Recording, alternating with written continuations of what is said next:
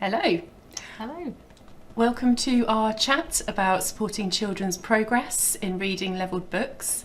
I'm Claire Beatt, I'm from the literacy team here at Oxford University Press, and I'm joined this evening by Andrea Quincey, Head of English Publishing. And we are going to be talking to you this evening, starting by talking a bit about the science of Oxford Levels. Andrea, I wonder whether you could just sort of tell us a bit about Oxford Levels and the benefits of it. Sure. So it's probably best for me to start with why we level books. Here at Oxford University Press we have our Oxford Levels, and they support children right through the primary phase of learning to read. So that's from reception, age about 4 or 5, right through till children are 11 when they leave primary school in the UK. And the main reason that we look at levelling is because there's a lot of research to show that making sure children access the books that are at the right level, so really closely matched with their development as readers, helps support progress in reading. And progress is just such a really hot topic at the moment because of the high standards and everything. So we talk about this sort of virtuous circle, if you like, that when children are accessing books at the right level, they can do it, they can read. And so they very quickly experience success. And in anything we do in life, if we're good at it and we feel successful at it, it's quite motivating, it's quite rewarding. And then motivation is what we need to make us want to read more and do more of the thing that we love. So that motivation makes us do more, and we all know from lots of research that the more children read, the more they make progress as readers. So pitching books at the right level is really important to that sort of cycle of success, motivation and progress. And so the Oxford Levels take children on that journey from, we've got the list of them here. So we've got 20 Oxford Levels, 21 Oxford Levels. They run from 1 to 20, and there's a 1+, which was for anyone doing the maths. And then so the early levels, really levels 1 to 6, support children as they're really learning to read and acquiring the early phonics skills and early vocabulary. And then we really want to develop stamina, fluency, enjoyment, all those things that feed in to the levels. And we take children to really quite a sophisticated level of reading. So even for primary schools, one of our recent books is an absolutely beautiful retelling of Moby Dick by Geraldine McCaughrean. I've read the original Moby Dick, and I can tell you that this is a much better example. It's a much better retelling of the story. It's just beautifully written, and so that's at our top end, and it really, really challenges those really quite sophisticated readers that we have in primary schools now. So thanks for anybody who's just joined us. We've been speaking about the role of levelled books, and I think we're going to move on just to talk a bit more about the vocab and the importance of vocab. Yeah, well, vocabulary is a really hot topic in reading at the moment because there's lots of evidence that poor vocabulary is holding children back in developing as readers. It holds back their comprehension, their understanding of what they're reading. And it's where we can really add value as publishers of levelled books in terms of developing children's vocabulary. So at the early levels, most people are quite familiar with the way books are levelled, certainly for children in reception in year 1. We very much focus on phonics, and so this is a book from our fantastic Alien Adventures series, which is part of Project X. And this series is particularly designed to support children's development in phonics.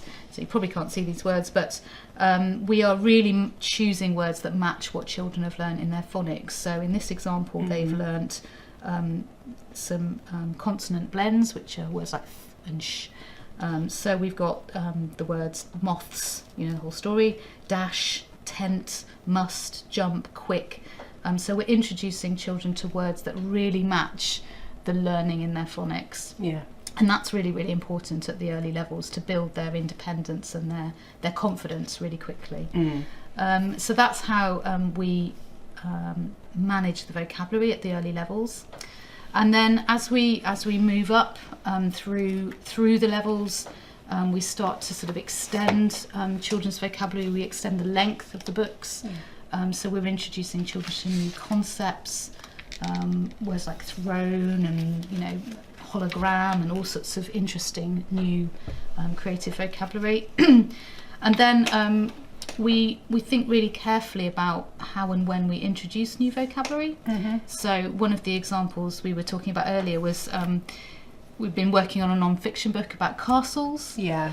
We wanted to the author that we'd worked with wanted to introduce the word impregnable into the manuscript, which is a brilliant word. For Key Stage 2, it's a great word to introduce to children.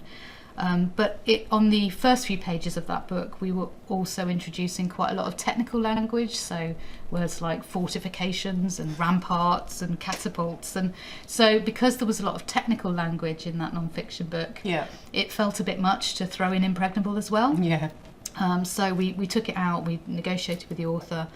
But later on in the book, where there was less technical language and actually a lot of the language was a bit more familiar, the words were embedded by that point, we felt that it was a good time to introduce that word to obviously describe the castle. So we really pore over our manuscripts with a fine-tooth comb to make sure that the language and the vocabulary that we're introducing is both accessible and approachable, but we also want to stretch and develop children's vocabulary because that's just so important for their progress. And we've been working with a wide range of authors as well, haven't we? Just to really help develop that love of reading. Yeah, so I think it's really important to stress that levelled books are part of a child's reading journey. Yeah. And so yes, they can follow our levelling right through from reception to year 6, but we also want them to enjoy picture books and stories. We want them to be able to choose books from the library once they can read fluently and decode. And so we see our levelling very much as sitting alongside all the other things that children do and that teachers and parents naturally want them to be doing as readers when they get older. Yeah. So we always try and work with really good authors. That's the starting point for our commissioning process, and we work with Michael Morpurgo's written some books from us, Geraldine, as I mentioned earlier, Ali Sparks has written some. So we always start with great authors, and they give us the great language, and it's just a joy to work with them and sort of shape those manuscripts to make sure that they're giving children the right level to enjoy their reading and experience success with their reading.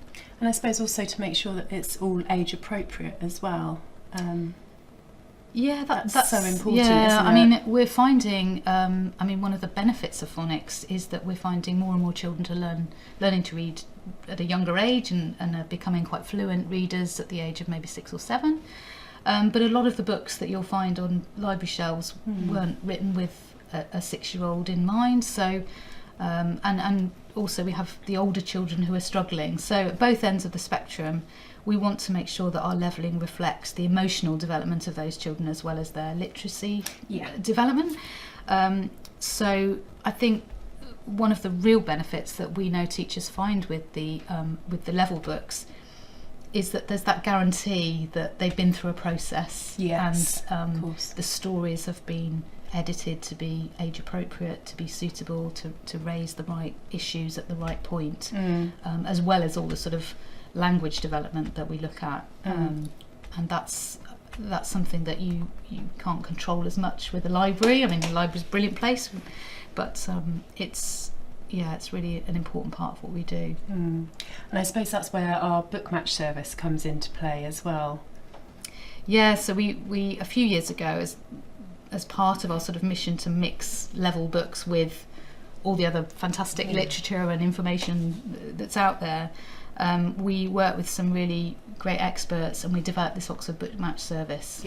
And it's essentially a tool for teachers that you can go in and you can select by Oxford level or by the age of the child, and it will give you, as well as level books, a range of trade children's fiction and non-fiction that is at that roughly at that level, and is appropriate and will stretch and challenge and interest and motivate and all the things that we want from our children as readers. So Great. Thank you very much for your time. I think that brings us to the end of our slot this evening. Thank you very much for joining us. If you'd like to find out more, please do visit our website, which is www.oxfordprimary.co.uk and /Oxford Levels. And if you'd like to access the free book match service that Andrea's just referenced, that's at www.oxfordowl.co.uk. And I should probably just mention as well, this copy here that Andrea showed earlier is our new guide that's coming out to schools in the next couple of weeks, so keep your eyes peeled for that one. That will be with you very shortly. But thank you very much for joining us. Yeah, thank you.